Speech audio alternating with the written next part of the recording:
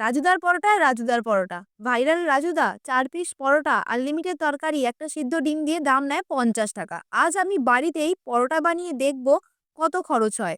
পরোটা বানানোর জন্য প্রথমেই নিয়ে নিয়েছি ৩০০ গ্রাম মতো ময়দা, যার দাম পড়েছে ৳১২। এবার ময়দাতে নুন আর তেল দিয়ে ভালো করে ময়দাটা মেখে নেব।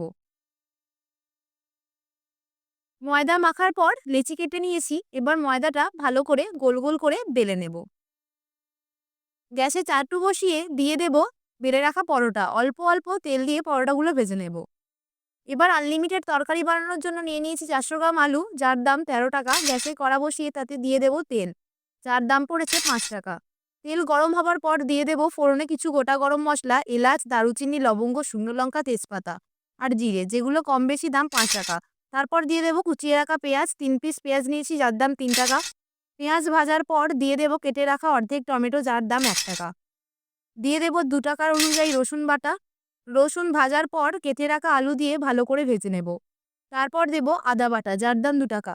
দেব লঙ্কা গুঁড়ো, হলুদ গুঁড়ো ও স্বাদমতো নুন, যার দাম পড়েছে ৳৩। মশলা ভালো করে কষিয়ে জল দিয়ে ফুটতে দেব।